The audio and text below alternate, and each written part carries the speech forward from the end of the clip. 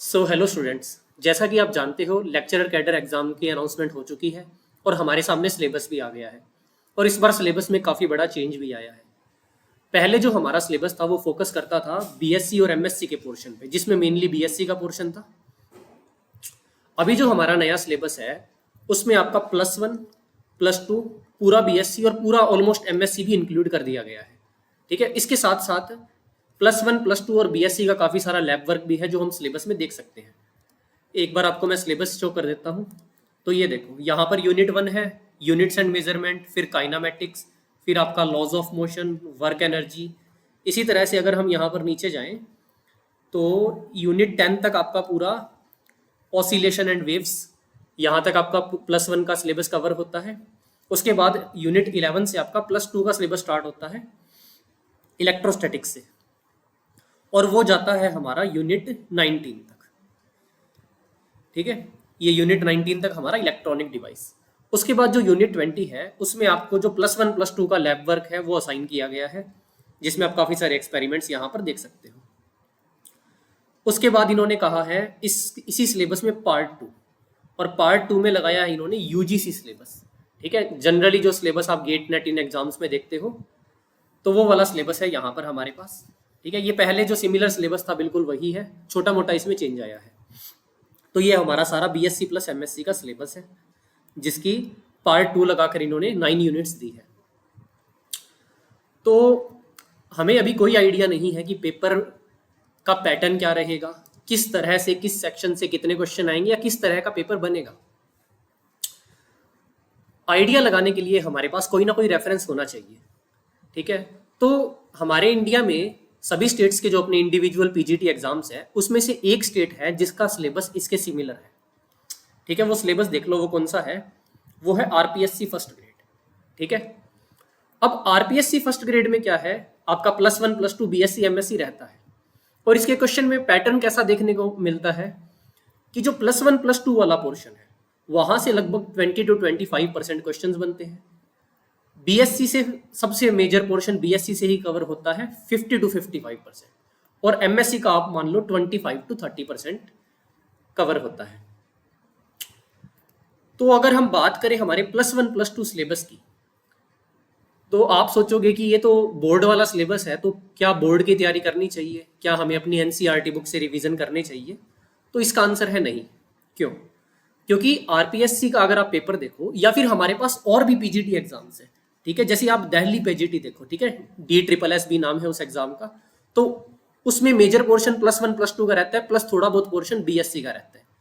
तो उस पीजीटी या उन इस तरह के और भी पीजीटी है, इनको आप अगर अच्छे से स्टडी करो तो आपको पता लगेगा कि यहाँ पर जो कोर्स आता है +1 +2 का, वो नीट लेवल का कोर्स आता है।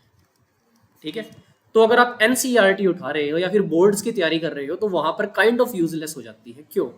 क्योंकि बोर्ड्स किस पर फोकस करता है? बोर्ड्स हमारा डेफिनेशन, थ्योरी, एक्सप्लेनेशन, डेरिवेशन, इन चीज़ों पर फोकस रखता है।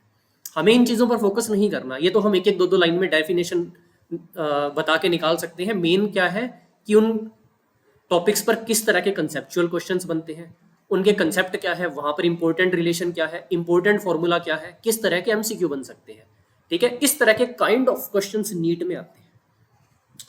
आपको जेईई साइड जाने की भी जरूरत नहीं है, क्योंकि देखो हमारा सिलेबस या हमारे पेपर का पैटर्न कैसा रहता है, इसमें हमारे पास टाइम काफी कम होता है और नंबर ऑफ क्वेश्चंस काफी ज्यादा होते हैं। तो एक बात क्लियर है कि हमारे पास लेंथी न्यूमेरिकल्स नहीं आएंगे, और जो जेईई है वो मेनली लेंथी न्यूमेरिकल्स पर ही फोकस करता है। हालांकि नीट में भी कुछ पोर्शन लेंथी न्यूमेरिकल्स का रहता है, लेकिन हमें उसको कवर नहीं करना। ठीक है, हमें बस मेनली कंसेप्चुअल, इंपॉर्टेंट फॉर्मूला, उस पर बेस्ड एग्जांपल और इंपॉर्टेंट रिलेशंस पर फोकस करना है। ठीक है, तो इतने सारे रेफरेंसेस को देखते हुए हम ये अंदाजा लगा सकते हैं कि जो आपका +1 +2 का सिलेबस रहेगा वो काइंड ऑफ नीट वाला सिलेबस रहेगा, और बाकी जो बीएससी एमएससी के क्वेश्चंस है वो वैसे ही आएंगे जैसे अब तक आ रहे थे। ठीक है, तो जो नीट का सिलेबस है उसकी तैयारी करने के लिए हमारे पास स्पेशल फैकल्टी है दिशा मैम। दिशा मैम एक नीट फैकल्टी है, आकाश में पढ़ाते हैं, उनके पास एक्सपीरियंस भी है।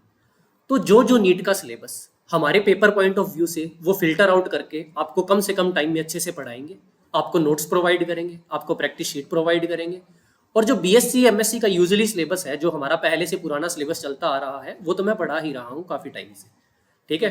उसमें हम एक बैच कंप्लीट कर चुके हैं, लेक्चरर कैडर का एक ऑलरेडी रिकॉर्डेड बैच है जिसमें सिलेबस 100% कंप्लीट है। उसके अलावा हमने अभी नया बैच स्टार्ट किया है जिसमें मैं और दिशा मैम मिलकर आपका सिलेबस कंप्लीट करवाएंगे पेपर से पहले, ठीक है, जब भी पेपर डिक्लेयर हो जाए। और हम कोई रश नहीं करने वाले। अब कुछ लोग सोचेंगे कि 3 महीने रह गए पेपर में, तो क्या हमारा सिलेबस रश किया जाएगा? तो ऐसा बिल्कुल भी नहीं है। अगर पेपर हमारा जल्दी डिक्लेयर हो जाता है तो हम क्या करेंगे, जितना भी इंपॉर्टेंट पोर्शन है वो सारा लाइव में कवर करेंगे, और उसके अलावा जो हमारा रिकॉर्डेड बैच है वो भी आपको अवेलेबल करवा दिया जाएगा बाकी क्वेश्चन प्रैक्टिस के लिए और थ्योरी कवर करने के लिए, ताकि ऐसा ना हो कि लाइव क्लास में हम रश करें, ठीक है। इसके अलावा आप हमारे दोनों बैच ले सकते हैं, एक जो ऑलरेडी रिकॉर्डेड है और एक लाइव है।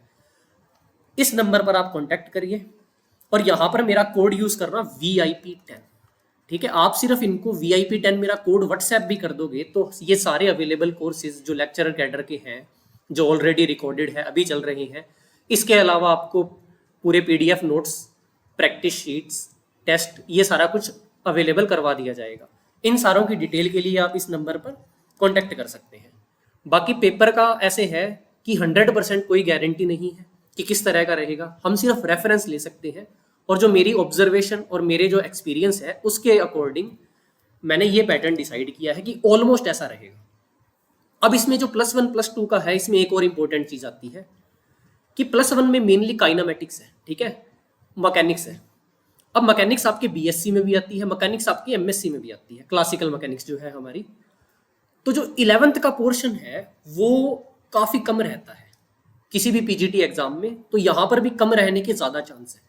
और जो 12th का पोर्शन है वो ज़्यादा रहेगा, मतलब ये मान लो अगर 25% पेपर हमारा +1 +2 में से आएगा तो लेस देन 10% +1 पर बेस्ड होगा, मोर देन 15% +2 पर बेस्ड होगा। ऐसा क्यों?